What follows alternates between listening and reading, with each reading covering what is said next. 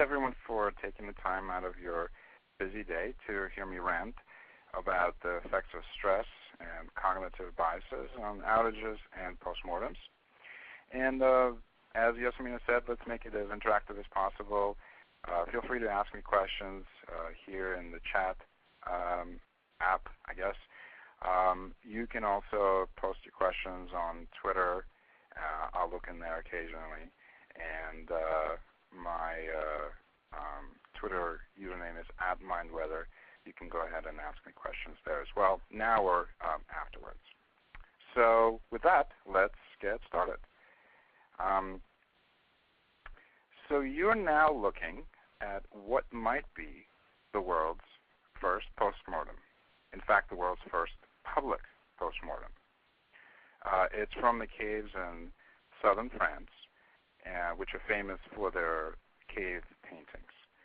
And this one is estimated to be about 17,000 years old. So there's some discussion about exactly what went down here, but clearly it didn't end so well for the burn man, the one that's kind of laying down on the left. Although the bison-looking creature didn't fare so well either, with the guts spilling out, or it looks like what looks like guts spilling out. So what I'm trying to say here is that, outages and looking at outages and train wrecks, there's something very human and very universal about it. We write songs about it, we write books about it, we sculpt, we paint, and they provide a certain kind of entertainment for sure, but also we learn a lot from these kinds of outages. And we've certainly come a long way from just looking at these events. The postmortems are now sort of standard procedure in many companies, and especially in our industry, so large-scale web operations or web systems. We've also started to share the results of these postmortems publicly, and that's something that is really amazing and worth celebrating.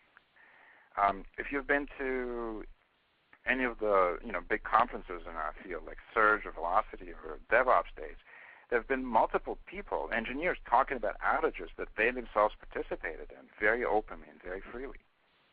And that too is kind of amazing. And as a result, we can now collect, catalog, and analyze these postmortems. And in fact, Tim Freeman, Peakscale on Twitter, he's collected over 100 of these in just a few months. And as a result of this openness, there's some emerging sort of best practices of how do you deal with outages, how do you prevent outages, and how do you do postmortems. And generally speaking, the consensus now is that what you do is, in the postmortem, is you acknowledge that there's been an outage. You take responsibility for causing inconvenience to your customers or partners. You offer an apology. You present a timeline, what happened from the initial incident detection to resolution, and you list the so-called root causes, if you know what they are. And you say that here are the things I'm going to do to make sure that this doesn't happen again.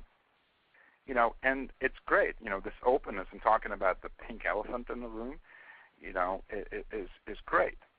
And at the same time, there are some problems with postmortems, and that's what I wanted to focus on in this webcast. So first of all, if you read the postmortems, they're a particular kind of literature because they present this kind of very linear, neatly organized account of what happened, chronological order, okay, from perspective of what you might call omniscient narrator in literature. And I'm sure that's motivated by trying to make things easier for people to understand, but it doesn't actually represent what happens during outages. And this is what happens during outages. You detect that something is wrong, and from that time, you have this imperfect, incomplete information. It's arriving in nonlinear, sort of chaotic bursts. You don't always see the full impact of an outage, and even if you can, you're searching for root causes, and that often leads you down multiple dead ends. And even if you can identify conditions that contributed to an outage, you can't always remedy them right away. So outages are messy, and that's not well represented in postmortems and the write-ups. Now, the other thing, the more important thing, is that there's barely any mention of people in any postmortem write-ups. I mean, where did everyone go? Certainly there are people there, and certainly had something to do with this outage. But it's not really being talked about. So, since people are noticeably missing from postmortems, I've enlisted the help of some Japanese monkeys to help illustrate what we could be talking about. So first of all, have you ever read, or maybe written a postmortem that openly discussed the effects of stress? I'd like to hear something like, we were unable to resolve the outage as quickly as we would have hoped because our decision-making was impacted by extreme stress and fatigue. Now, the reason I want to hear this is because this is actually what happens. And if we're not talking about it, that means we're doing very little to actually sort of combat the effects of stress during outages. Now, how about biases? We spent 2 hours applying a fix that worked last time, only to find out it made no impact, no difference in this outage. This happens more often than we think. This happens all the time. And this is an example of something called the availability bias, also known as a recency bias, where something that happened recently or something that was more memorable, you basically wind up thinking that it's more likely that that thing is happening. And in effect, in reality, outages are independent. So what happened last time is pretty unlikely to happen again. And most important and most kind of difficult is, so we did not communicate openly about an escalating outage due to botched deploy because we thought we were about to lose our jobs. Now, this happens too. And you probably won't ever see this in any public postmortem write-up, but it doesn't mean that it can be in an internal write-up. This is very, very important. And I have some data to sort of explain and back up why these things are so important. Now, with the stuff that's missing from postmortems, it starts to resemble a particular kind of docufiction. So it's not really documentary, it's not a documentary kind of reality, but there's a bit of fiction in it. And so it's suitable for the big screen, perhaps, based on true events, but it's not quite, reality. And so, as for me, my aspiration is that if one of my postmortems will get made into maybe a daytime TV special, that Brad Pitt would play me. I think he has an uncanny resemblance to me. I don't know, you can't really see me, but you kind of have to take my word for it. I think he has the right combination of good looks and melancholy, which is requisite for an ops guy.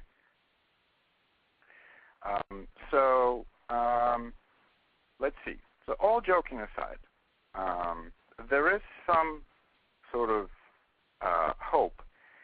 There are some folks that are already doing some of the things that I've mentioned. And so here is a excerpt from a postmortem that I think Mark Imperiaco did while he was in Heroku. And this one is notable for a few reasons. One is that it states publicly that this organization or this ops team is committed to putting people first, even over having all hands on deck. So what I mean by that is, in outages, there's this kind of, especially big outages. Oh, let's just get everybody, all hands on deck. Let's get everybody to pitch in and help out. And what is said here is that there is someone sleeping or resting in the organization at that particular moment during that outage, which is pretty amazing, and it's really important. The other reason that this is notable is it actually talks about the effects of stress and fatigue. And it not just talks about it, but you can see that this organization is actually doing something about it, right? They're keeping a fresh mind in charge at all times. And the third reason that this is notable is we're a fairly young industry. The web operations field is only about 20 years old. And there's a lot of knowledge that's about how to handle emergencies that is out there in government, in private enterprise, and so on. And one of these concepts is this whole concept of incident commander and emergency incident commander.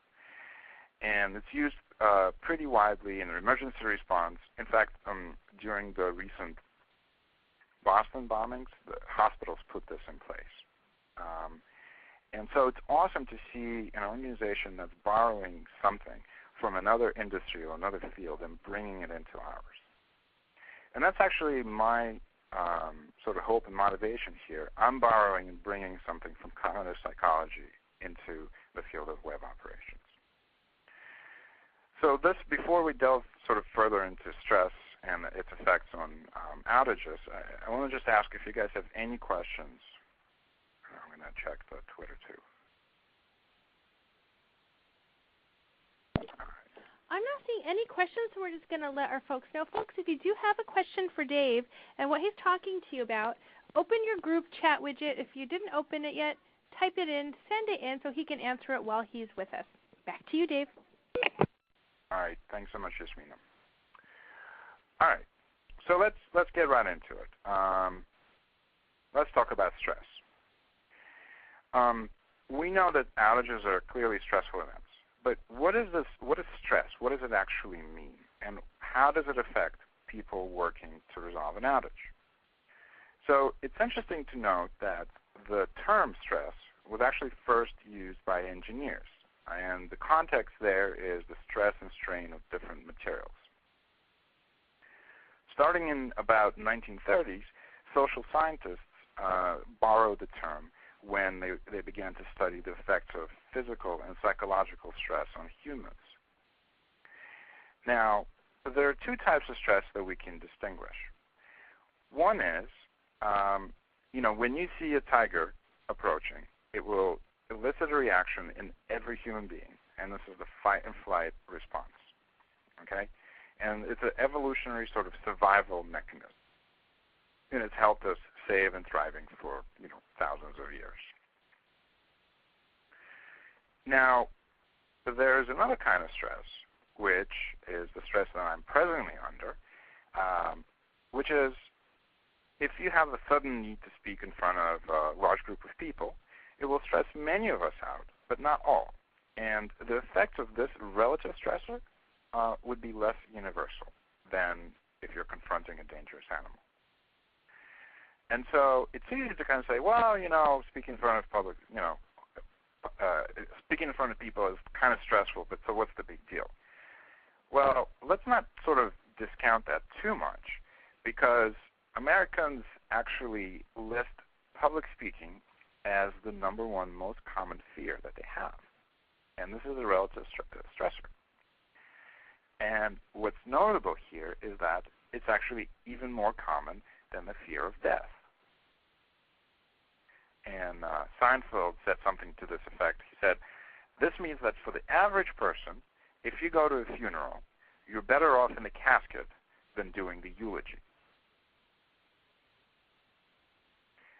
Now, in all seriousness, let's break this down a little bit. What are the four? It turns out that there are four relative stressors that induce measurable stress response in the body, right? So, and they are basically, if you're in a situation which you think is novel or unusual, or one that is unpredictable, or one where you have a feeling that you don't have full control over the particular situation that you're in, or one where you can be judged negatively by others. That's the social evaluative threat. And public speaking is actually an example of social evaluative threat. So these four things, I just want to repeat, that you can measure a stress response by the body. There's a physical response to it, a chemical and physical response to stress. Okay? And so while most outages are not life or death matters, they do contain a combination of these four stressors. And these will then have an impact on the people working to resolve an outage. And so what impact does it actually have? So in 1908, these two psychologists, Yerkes and Dodson, they actually established the relationship between stress and performance. And this is the chart that they drew up. And it was based on experiments with a few dozen mice. But the interesting thing is that since 1908, there's been a ton of research into this. And it all basically confirms that these two curves and this relationship between stress and performance is valid in an extraordinarily wide range of situations. So it holds up, not just for mice. And the first thing you'll notice is that not all stress is bad. And, for instance, you could see that low levels of stress are actually associated with low quality of performance. You know, you're unlikely to do your best work if you just woke up and you haven't had your coffee, or you didn't go for a run, or you didn't log on to Hacker News and get all excited about or frustrated about some discussion there. Now, the other thing you notice is that as stress goes up, so does performance, at least for some time. So this is why you see like athletes pumping themselves up with loud, listening to loud music, or kind of vigorously warming themselves up before, the 100-meter dash or something. And the other thing to note is that while this particular relationship, this law, applies universally, individuals exhibit a fairly wide range of stress tolerance. Okay? Some folks are very resilient to high levels of stress, and some of those folks naturally gravitate towards like high-stress professions like ours. Things that involve firefighting of the literal and the figurative kind.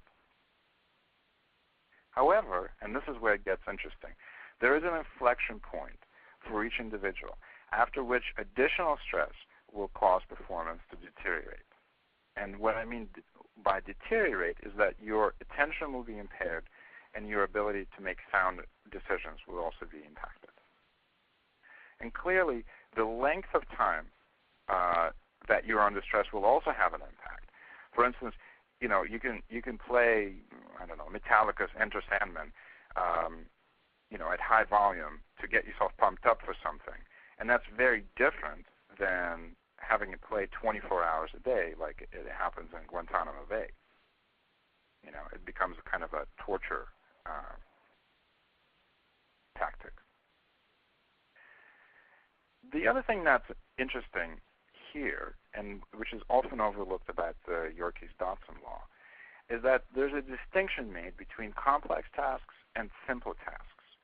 And you can see that simple tasks are actually much more resilient to the effects of stress than complex ones. So what do we mean by simple tasks? Basically, these are the things that are well learned, that are practiced, that are relatively effortless. Right? So if I asked you the capital of France, you don't have to think about it. It just comes. And whether or not you're under a lot of stress or a little bit of stress, it just arises in your mind. However, if you're doing a complex task like troubleshooting an outage, that situation is likely to be novel. It's likely to be unpredictable. And you're gonna feel at some points that you don't have full control of the situation. Hey, you might run on the cloud, right? And so that means that those are the relative stressors. So you'll be under stress, and you're doing a complex task, so there will definitely be an impact of stress on that. Now, the other thing here is that there is a way to make complex tasks simpler, and that's basically through repetition, through practice, and so on. For instance, when you first learn how to drive, which is a fairly complex task, you probably are not driving and listening to music at the same time. You're just focused on the driving. But after some time, you can actually drive and have a conversation. Although when you're pulling into heavy traffic, you might sort of turn the radio off. So the point is, that's the good news, is that as you increase experience in a particular task, you can make that task more resilient to the effects of stress by making it essentially simpler. All right, so this is a good time to sort of stop and see if there are any questions that you guys have.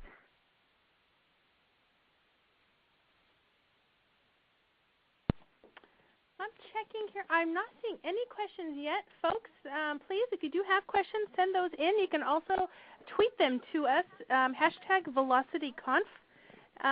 Dave will answer them while he's with us. Back to you, Dave.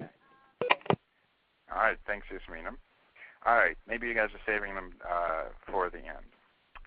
So, all right, so we talked about the effects of stress on performance, and the question that usually comes up is, how can we actually measure it?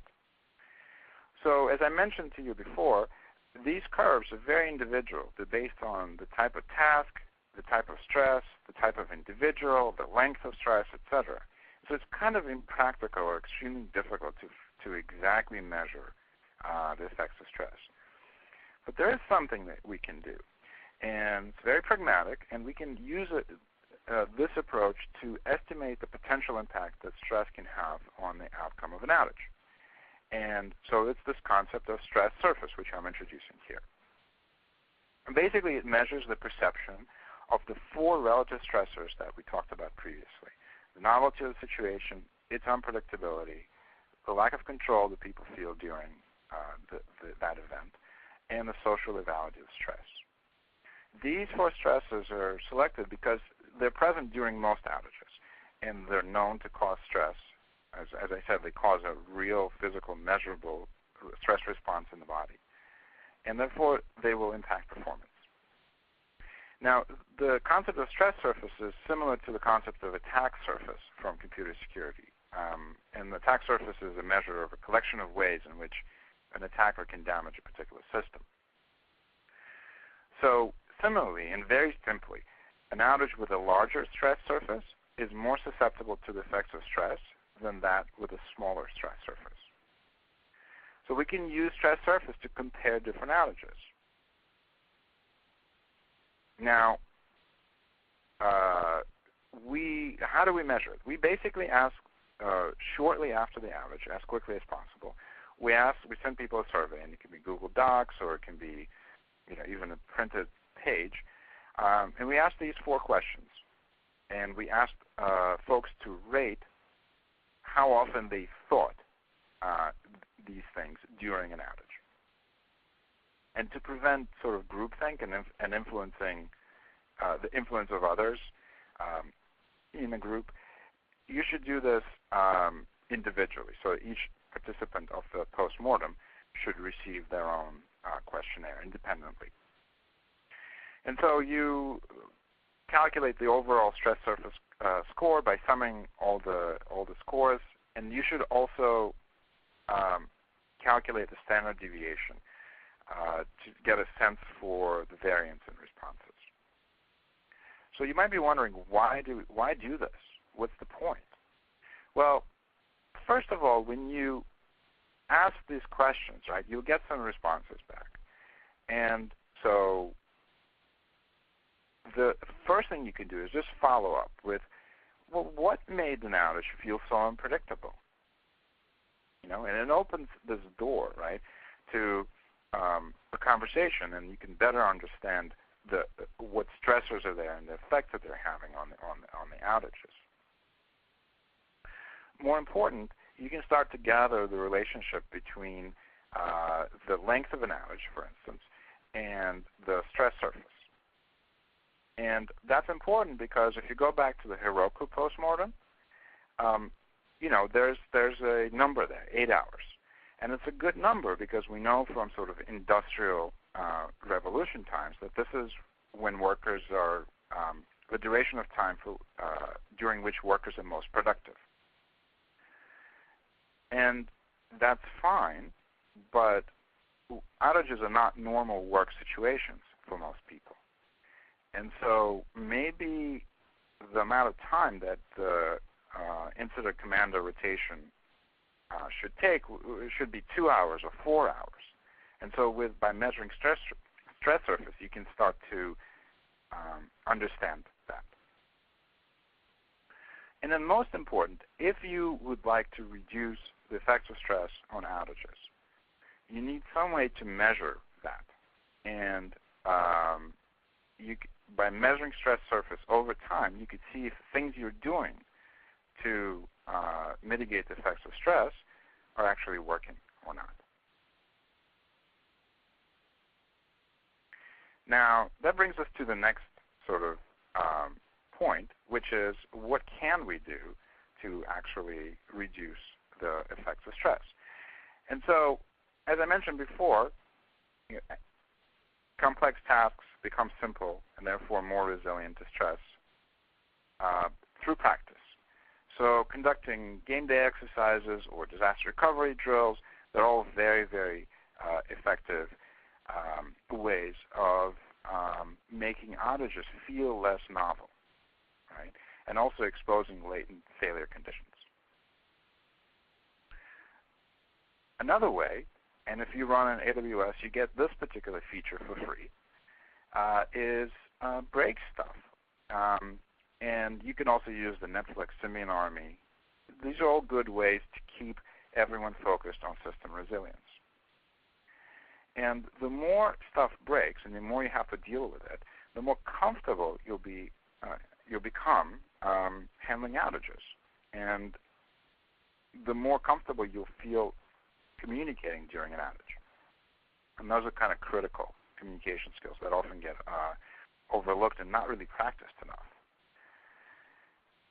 And certainly, after any kind of outage or disaster recovery drill or exercise, you should by all means do a post-mortem and really look into what worked, what didn't work.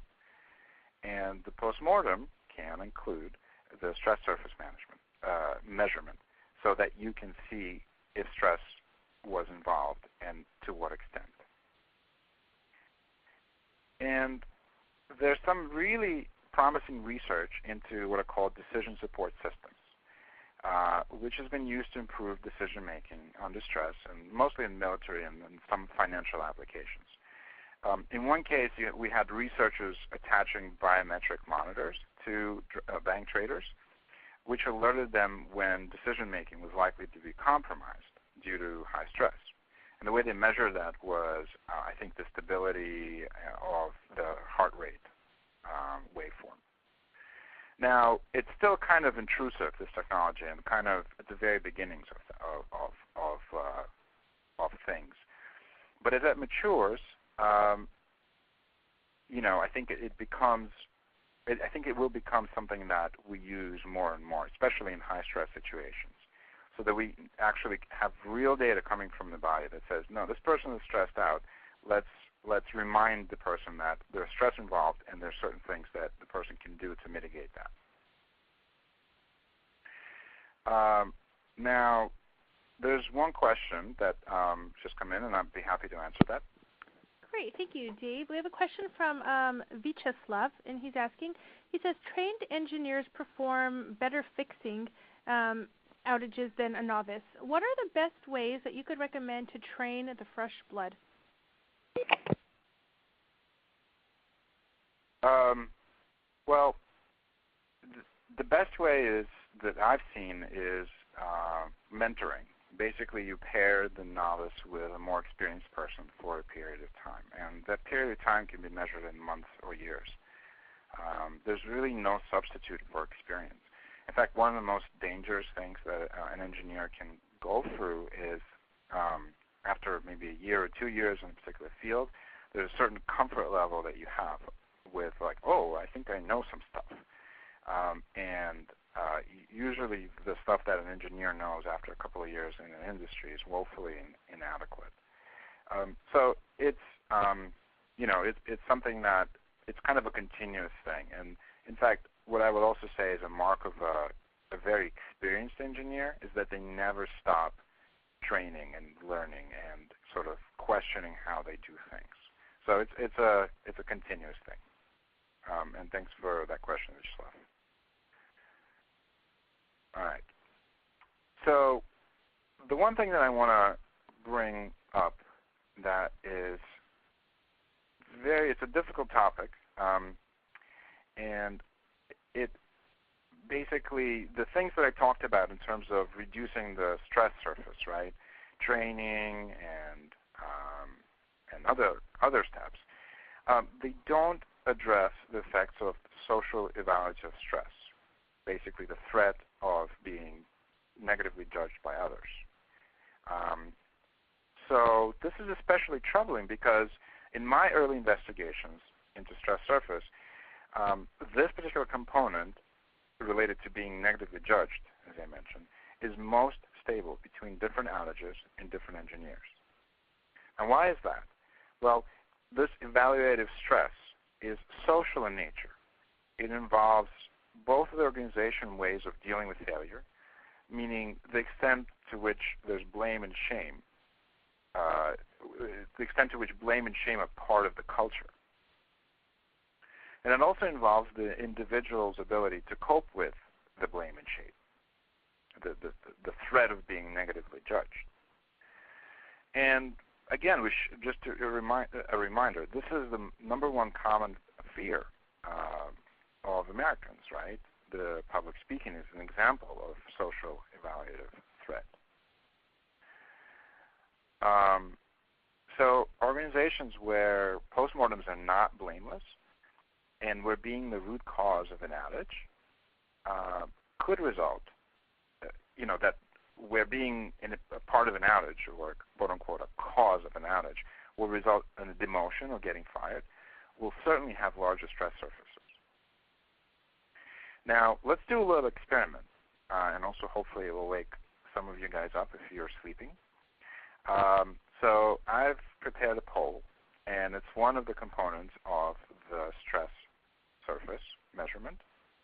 And please take a minute to answer it. And basically what I'm asking here is, during the last outage, how often, and just any outage that you can think of, the last one, or any one that really comes to mind, how often have you felt or thought that others could judge your actions negatively?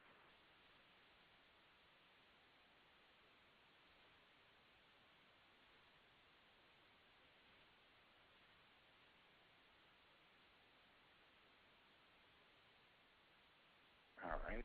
Let me see if the results are coming in. Okay.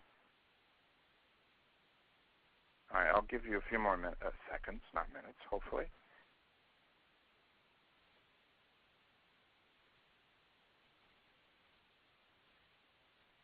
Okay, so let me send you the results. Okay. So this is not entirely surprising, and this is also what I've been seeing in my sort of early research into stress surface. And as I mentioned before, this particular distribution is very likely to stay pretty stable over time. And the reason for that is because it's an organizational issue at its core. And so the most effective way of mitigating the effects of this social evaluative stress or threat is by emphasizing time and time again the blameless nature of postmortems. Okay? What does blameless actually mean? You need to repeat ad nauseum that, and sort of continually affirm that individuals are never the root cause of an outage. Okay? This is counterintuitive to many engineers. They're very quick to take responsibility for quote-unquote causing a failure, or sometimes to pin it on somebody else. But this blame is really a shortcut. It's this kind of intuitive jump, but to an incorrect conclusion. And it prevents you from going deeply enough in the postmortem investigation and identifying the real conditions that enable the failure.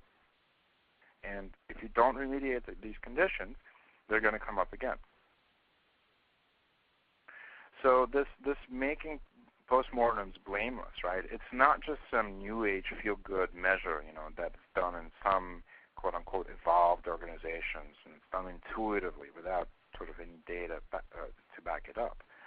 It is rooted in an understanding of sort of the real conditions of failure in complex systems. And this is a very concrete way that you can improve performance during outages. You reduce the socially evaluated threat, you reduce the stress surface, your folks will perform better during outages. All right. Well, thank you very much for the data. I'm going to use it in my further research. Thanks so much. Okay. So, are there any questions about stress? We do have a couple of questions that have come in. Hillman asks, have you seen organizations reduce opportunities for training and mentoring while trying to lower costs? That sounds somewhat counterintuitive to me. One of the ways that you lower costs is by training your people.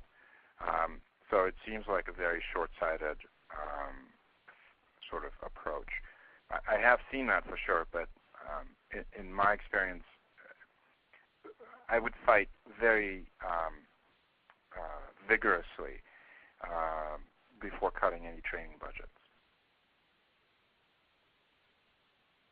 A question from Robin now asks, how can you say that an outage isn't a person's fault if you can tie the outage directly to a code update or change made by that person? That's a really great question. So let's imagine that you remediated this person out of a job because it was quote-unquote his or her fault. Now, does this prevent another person making a code change that will break production? And so basically what you're doing is you're not going deeply enough. You're saying, well, this person caused the outage, and it's a very satisfying feeling that you get, like, oh, I found it. Yeah, so Bob or Joe or Jane, caused it. Maybe they were careless or worse yet, negligent. But in reality, there are conditions that allowed them to make these changes. Maybe there's not enough QA. Maybe there's not enough testing. Maybe there's not a process in place that ensures safety in these kinds of situations. And so that's what we should be going after, not the people. Because if we don't remediate those conditions that enable that change to, break production, that will happen again. And, you might have fired that person or, demoted that person, but you didn't actually do anything to make the system safer. Okay. We do have a couple more questions, Dave. Did you want to keep going, or do you want me to hold these till the end? Yeah, let's hold this to the end because some of these things actually I do address during the next section, which is about the cognitive biases side of things. Okay, then back to you, Dave. All right. So just to wrap up the stress surface stuff. So I think it's pretty interesting, and as you guys have seen, there's at least a beginning of a start of a conversation about stress and how to impact outages, right? Now I want to caution you, it's not a silver bullet. and in my experience, you will get a fairly high standard deviation. So there's a lot of variance in responses. And it's understandable because different people get impacted by stress differently under different circumstances. Also, just want to warn you, if your team is small, you might not have a large enough sample size to actually do these measurements accurately. So just something to keep in mind. But nevertheless, obtaining the stress surface score for each outage is a great way to sort of frame the discussion of the effects of stress, and including identifying specific ways in which they can be mitigated. Right? So my proposal to you, my request of you is that you start doing this very simple thing. And so in addition to recording the time and date and duration of the outage in your postmortem, you also record the stress surface and see how it changes over time. And so it can become part of the discussion and part of the remediation. So let's move on to cognitive biases, which is the next sort of thing that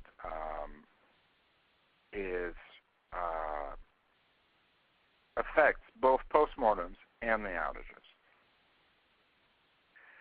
So the way that I think is best to introduce cognitive biases is to ask you some questions. So the first question I'm going to ask you is 2 plus 2. What is it? So did you notice that you arrived at the answer very quickly, automatically, and without effort? In fact, like there's almost nothing you could do to stop the answer, number 4, from appearing in your mind. So this is the fast and intuitive and largely automatic thinking that's known as System 1 thinking. And System 1 thinking is largely based on memory, on associative memory and experience. Okay, and it's quite an amazing type of thinking that we do. And in fact, there's even a book about it. In 2005, Malcolm Gladwell wrote a book called Blink that celebrates the power of this type of thinking. Now, let me illustrate to you the next type of thinking. So how much is 367 times 108? Now, unless you've memorized the answer previously, or you've sort of made a career out of performing feats of mental math, this answer did not come to mind easily, and you probably whipped out a calculator or something. By the way, the answer is 39,636. In any case, to do this calculation, you used your System 2 thinking, which, if you compare it to System 1 thinking, is slower, it's not automatic, and it's effortful. In fact, it's known to use more energy, glucose, than System 1 thinking. And so since we are sort of creatures that conserve energy as much as possible, we spend much of our time relying on the more energy-efficient System 1 thinking. In relation to our whole discussion on stress, System 1 is also where we fall under stress. So it's important to note at this point that the 2 types of thinking that I just introduced, the System 1, the quick, intuitive, and System 2, the analytical one, are not separate. And also there's no reason to look down on the System 1 thinking because it's really allows us to do marvelous things like drive a car and listen to music or talk at the same time. Or, when somebody calls you, you pick up the phone and you hear just a little bit of that person's voice and you can tell that person's mood, if they're upset or happy. Or, System 1 thinking actually saves lives because when a firefighter gets the gut feeling that something's wrong and, runs out of the building or pulls his team out of the building, that System 1 thinking, the quick, intuitive one based on experience, actually saved that person's life, that firefighter's life. So if you look at this, right, this is a statue in the Getty Museum. And is it fake or is it real? Now, this kind of highlights one of the shortcomings, and there are 2 major shortcomings of the System 1 thinking. So the first is that System 1, as I mentioned, is rooted in memory and experience. So it's a very famous example. This is in Blink, that book that I mentioned earlier by Malcolm Gladwell. So there's a statue. This is the statue that was bought by the Getty Museum. And it had some credible documentation. But when experts, archaeologists, when they looked at this, they would immediately say, oh, it's fake, just at a glance. And they couldn't exactly verbalize why, but they just knew.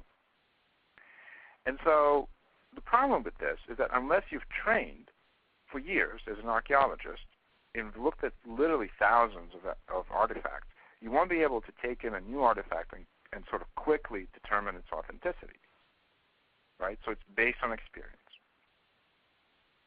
And the second shortcoming of System 1 is that it's prone to making systematic mistakes.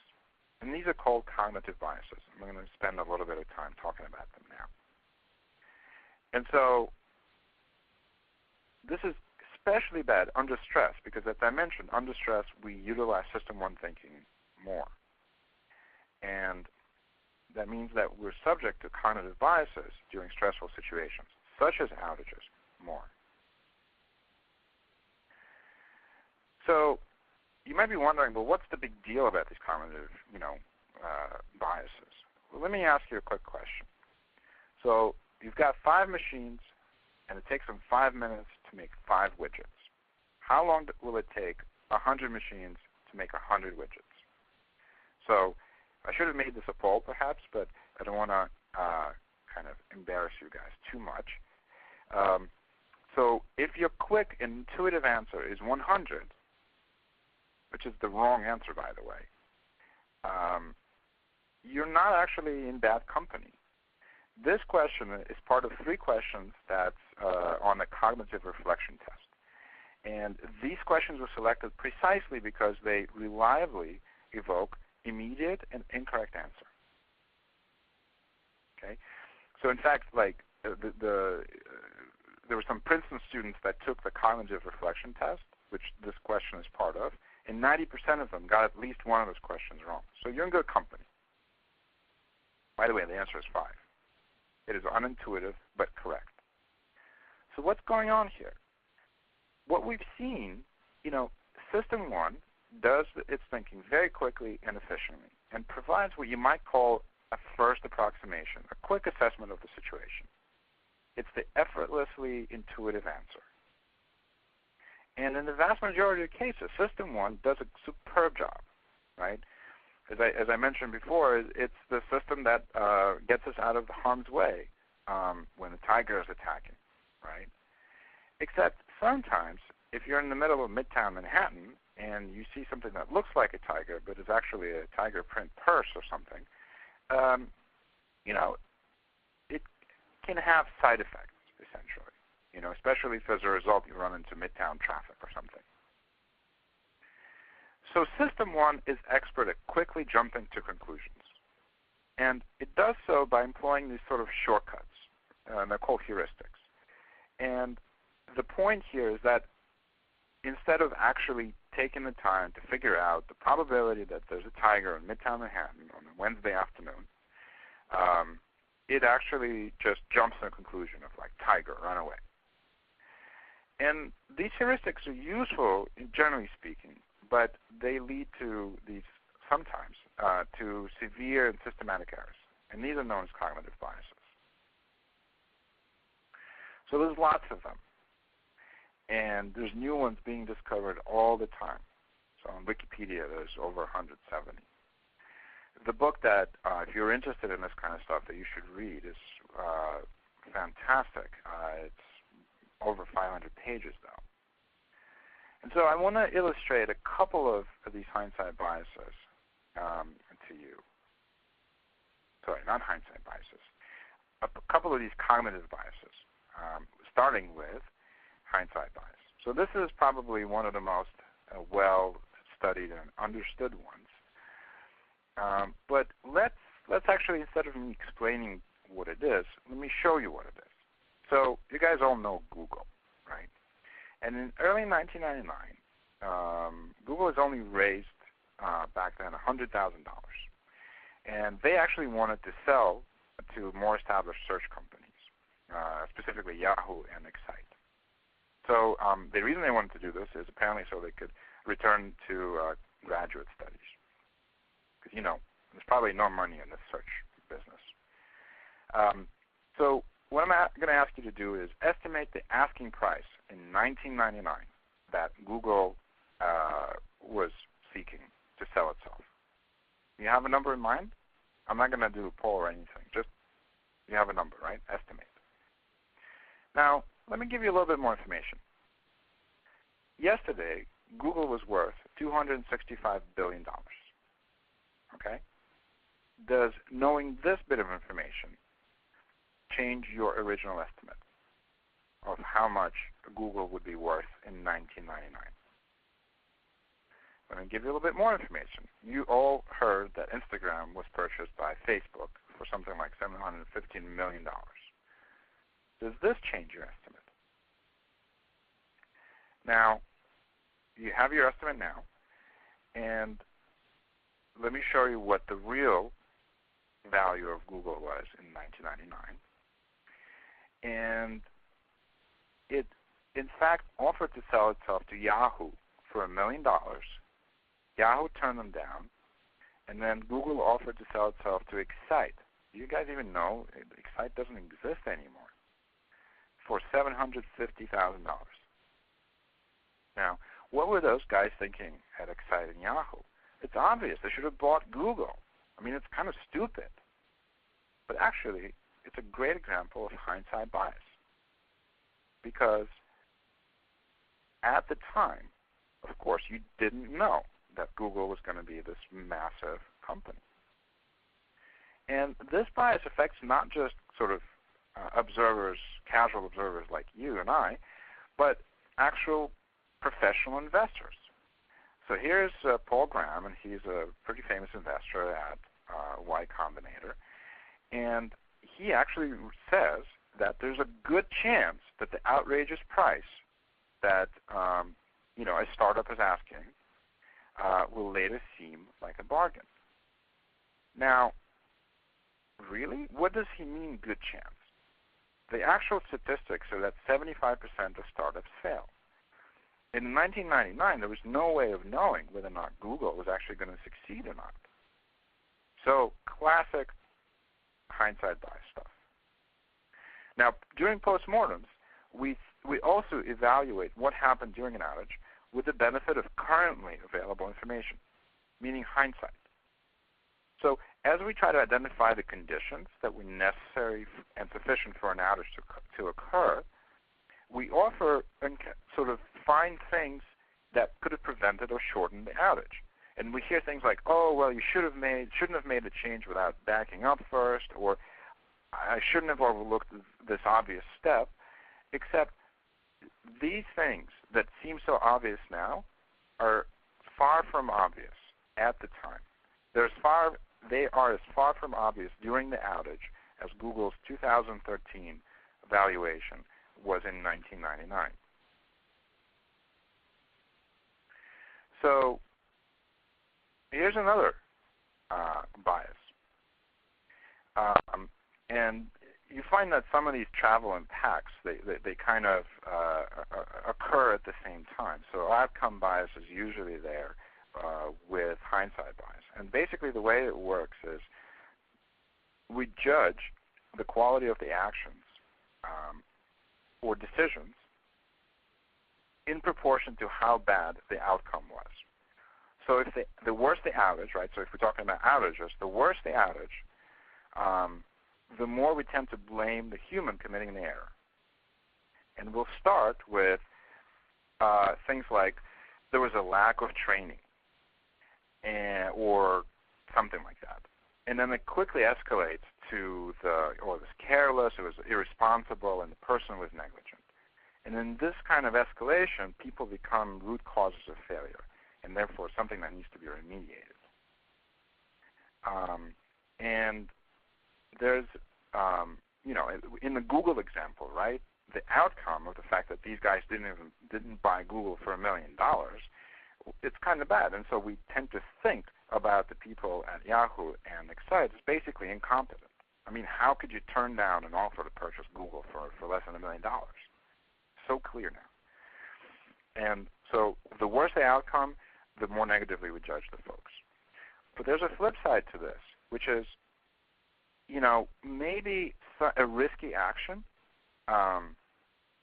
actually helped you, meet a deadline or get something done. And so that same risky action that could have precipitated an outage will get judged very differently. And the people who are doing those actions, who are taking those actions, will get perceived very differently. If the outcome is very good, those folks will get kind of slapped on the back and, even made out into heroes. And so at an organizational level, there's a real danger that unnecessarily risky behavior would be overlooked, or even worse, rewarded. Now, I want to give you a sense for how much this kind of bias affects our thinking. So there was a bridge in, I think, somewhere in Minnesota, and it would occasionally sort of collect debris under it. And when that would happen, sometimes flooding would happen. And so there would be damage due to flooding. So there was a proposal to get a full-time person to monitor the debris under the bridge. Of course, it's costly, but hey, we also want to prevent flooding. So they asked one group of people how likely they are to recommend hiring this person. And the answer was 24%. And guess, then they asked another person and another group of people, and what they added to that story is that recently there was a flood, and there was some major flood damage as a result. And guess how many people recommended the hiring of this person? Well, it turns out it's 56%. That's more than double. So it's a huge effect. And get this, the second group of people were specifically and explicitly instructed not to let hindsight distort their judgment. So we're kind of at 5 o'clock, and I have a few more things. Yasmina, can I go on, or do we need to stop? No, sure. Please continue on. We do have questions coming in, so folks, please keep them coming. We have a very exciting event today, and we will turn it back to you, Dave. Actually, now would be a good time to answer some questions. Okay. Sure. All righty. We'll take Max Miner's question. He asks, what techniques can be used to prevent blame casting during the postmortem among team members to achieve a blameless postmortem? Sure. I think that's a great question, Max. So John Allspa of Etsy has a wonderful blog post about it. So take a look there. That's the first place I would look. And it's pretty detailed.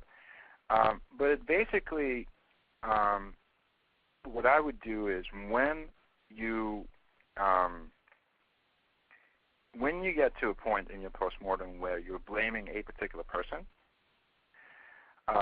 don't stop there and say, well, what allowed that person to make that mistake or to take that action? So even in cases where there was some malicious, like you have a malicious employee that decides to go and, wipe the database or something like that before being fired or after being fired, that's all well and good. But, what actually allowed that to happen? That's the more interesting thing. And it could go pretty deep because you could say, well, what actually allowed us to hire a person who would be malicious to us?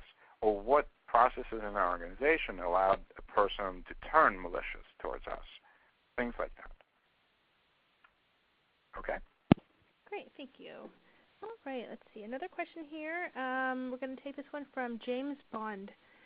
What well-known examples or organizations can you cite that exemplify good post-mortem cultures? Like who should we be looking to as a model to emulate? Sure. So as I mentioned, Etsy, I think, does a good job. Anywhere that Mark Imbriaco is, I think he's at GitHub at the present moment, is good. I think Netflix does a good job of these types of postmortems. But, the most important thing, Mr. Bond, is you decide for yourself. Take a look at Peak Scale's collection of postmortems, read through those, and, there's a lot of variance between them. Some are good, some not so good, and, you could start to develop your own style. Okay. Next question from Thomas. He asks, how can you measure when you reach the peak stress performance point? Yeah, so that's a really great question, Thomas, and it's very difficult to do, and it's a very individual thing. And I'll get to it in just a little while, if you sort of stick around for that. But essentially, the answer is mindfulness. It is stress, and the response to stress is an individual thing. So mindfulness is one of the ways in which you could see and sort of determine for yourself, am I at that peak? Okay, another question here. This one goes along with Max's question about the blameless postmortem, and it's from Vyacheslav, who's asking, Dave, if you can share some best practices that he can share with the culture of the newcomers to his organization. Right. Well, so as I mentioned, you kind of have to repeat time and time again, blameless postmortem. What does it mean? We don't blame people. What does that mean? We don't think people are the root cause of any problem. What does that mean? It means that there are other conditions that sort of wouldn't necessarily needed to be there to make an outage possible and to allow for an outage to happen. This is, so in my experience, this takes a while, and you constantly have to reaffirm it and share out that link with from John Allspa's blog post about blameless postmortems with your folks, and share it out again and again and again. There's really no shortcuts, and then actually practicing these things. So when during a postmortem you see somebody starting to either blame themselves or blame somebody else, really stop and say, look, this is not okay. This actually is not the root cause of an outage. You taking responsibility and saying I screwed up is great. It's taking responsibility, but it actually doesn't help us prevent the same outage happening in the future. Or if somebody is being blamed, same story, and it's difficult sometimes, and it's like I said, it's a culture thing. But the good news about culture is a reflection of the people that are in an organization. And so if this becomes important to the people in an organization and it's reinforced time and time again at all levels, then it's possible that this will change, the culture will change. Thank you, Dave. I don't see additional questions, so we'll turn it back to you. All right. So thank you by the way, for sticking through with this. I know it's a little bit dense. So the next bias that I'd like to cover is the availability bias. And what this one is also known as a recency bias. And again, instead of kind of talking about it, let me give you an example. So in the United States, we experience power outages fairly frequently, but they're brief mostly and localized. So like a street might get affected, but not the whole town.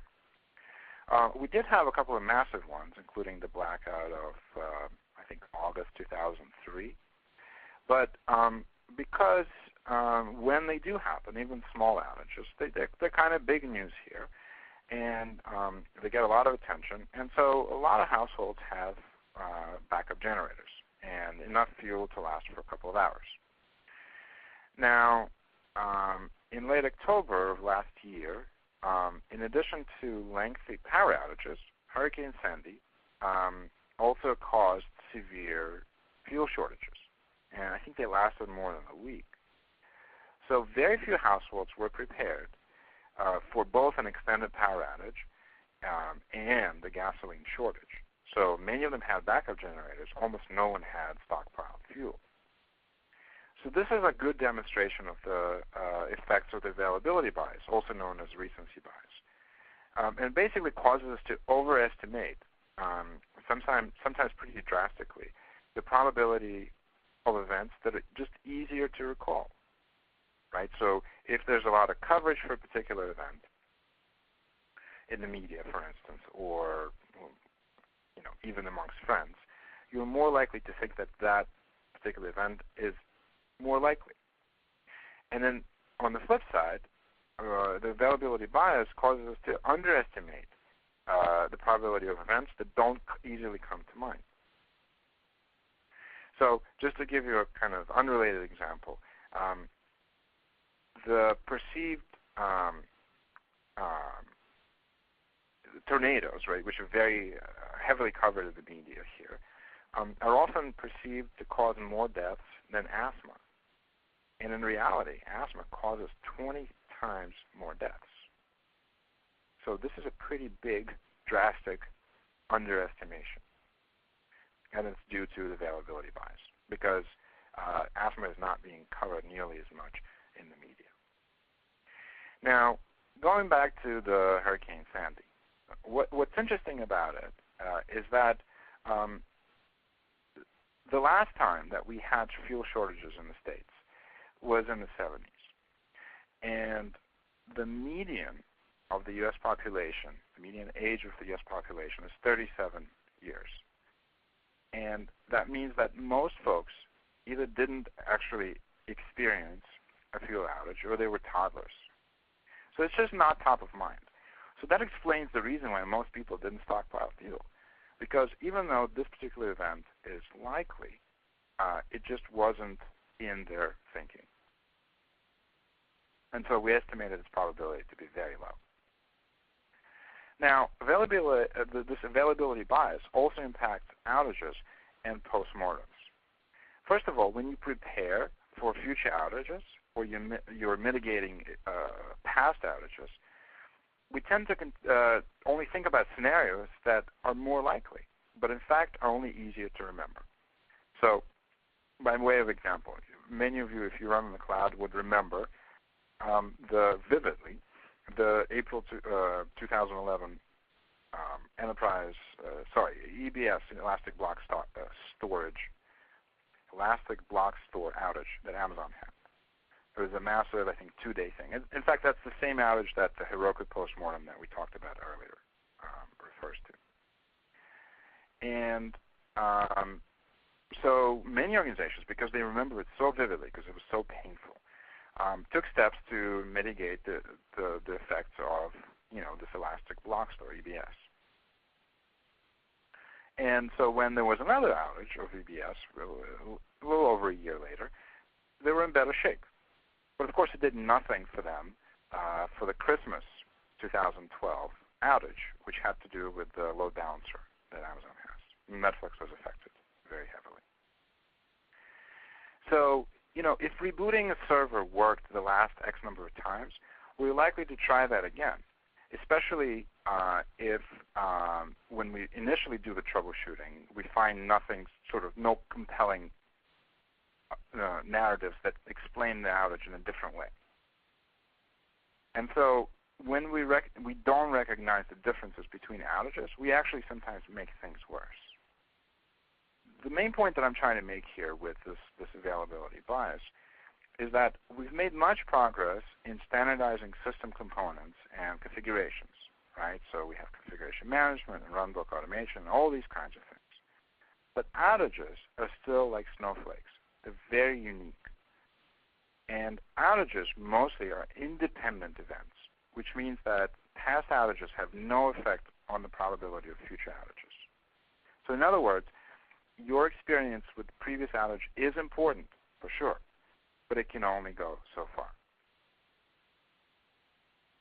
And so there are tons and tons more cognitive biases, and they affect both postmortems and outages in very important ways. There's the confirmation bias, there is the overconfidence bias, there's a general misunderstanding of statistics and independent events and dependent events and probability. And I think we're only just scratching the surface. And I would love to give a much longer discussion on this, but I think we're almost out of time. I think we're over time by 12 minutes. Sorry about that. So in summing all these things up, cognitive biases are a function of System 1 thinking. Okay, remember System 1 is the quick, efficient, effortless, intuitive judgments, good enough in most cases. And also, System 1 is where cognitive biases and the systematic mistakes that are made due to cognitive biases, this is where that happens. So the way that we reduce the effects of cognitive bias is by engaging System 2 thinking in an effortful way. That's pretty much the only way. And so it's difficult, especially under stress, when we slip into System 1 thinking again. And that certainly increases the chances of mistakes. So how can we actually do this? How can we actually invoke System 2 thinking, which is less prone to cognitive biases when we need it most? Well, there's a couple ways. So first, before doing a particular change or a particular sort of high-risk activity, you can conduct what's called a pre-mortem. And basically, you imagine that you made the change and it resulted in a spectacular failure, the kind of failure that would be front-page news on the New York Times. And after you do that, you try to figure out why that happened. And so there's a process, and you guys can Google it. It was created by a fellow by the name of Gary Klein, and it works really well. In fact, by going through this, and prospective hindsight as opposed to real hindsight is what the psychological term for this thing is, increases the ability to correctly identify reasons for future outcomes by 30%. More generally, we should get in the habit of asking a lot of questions, and it's easier to see cognitive biases and stress, sometimes easier to see that in other people. And so we should get in the habit of asking a lot of questions and having our organization be sort of open to asking a lot of questions like this. And the most important question, perhaps, of all is, how do I know that? How do you know this, right? And it's a question that we can ask ourselves as well as others in our organization. And finally, what we could do is, you see, the relative stressors and the cognitive biases are both mental phenomena. They're thoughts or feelings. And they nonetheless have concrete physical effects on the world, on us and the rest of the world through the outages that they sort of are conditions of. So the best way to work with mental phenomena is really through mindfulness. And by practicing mindfulness, what we can learn to recognize is when we're experiencing harmful levels of stress. I think Max was asking that question. And so if you notice through mindfulness that you're feeling stressed out, you can take simple corrective actions like taking a break, right? Or maybe asking for a second opinion when there's a high-risk situation. In fact, we know that mindfulness-based stress reduction, which is kind of a program that's based on meditation, is to significantly reduce stress. And in the same way, mindfulness can help mitigate the effects of cognitive biases.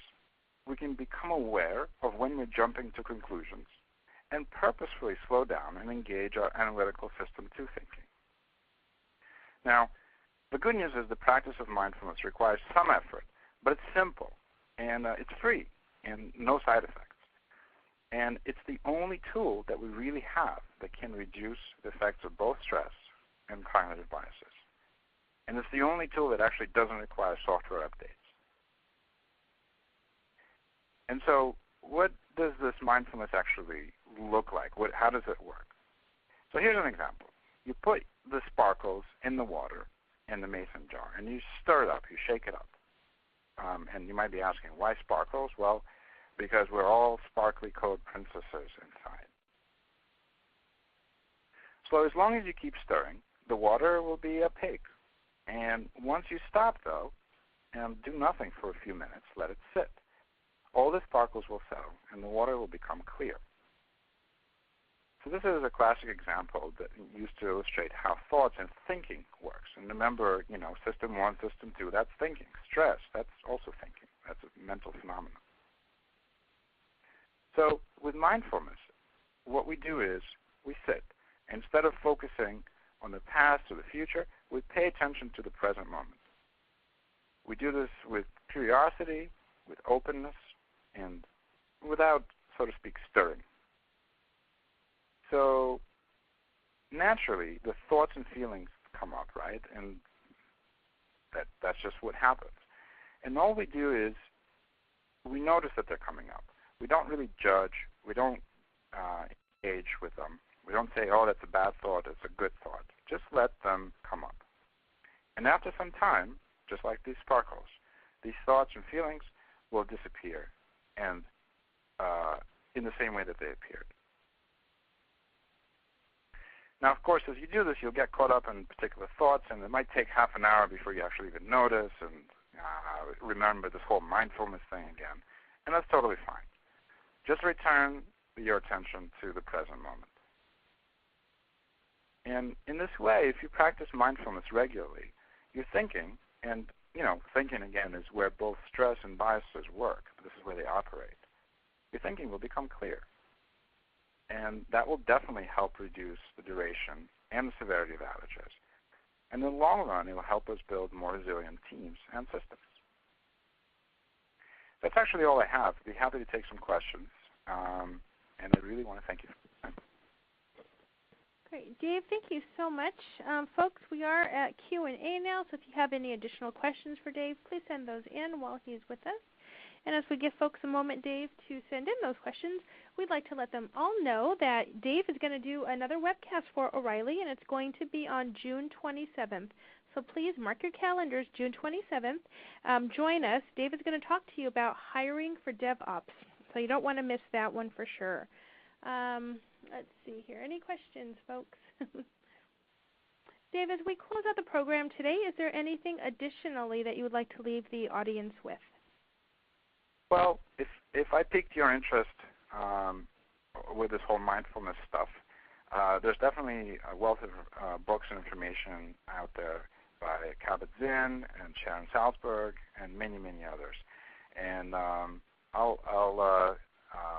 make sure to post them. There's actually going to be a write-up of this published by O'Reilly at some point, which will contain those resources. And I encourage all of you to sort of give this a try. And I really want to thank you for your time. Super. And with that, folks, we are going to say a very big thank you to you, Dave, for presenting a fascinating webcast for us today, for sharing all your knowledge and expertise. Thank you. Folks that attended, thank you so much for attending our webcast today. We hope you benefited from it. Again, we'd like to let you all know Dave's next webcast is June 27th, and he's going to be talking about hiring for DevOps. So we hope to see you there. This will conclude today's webcast. Goodbye, everybody.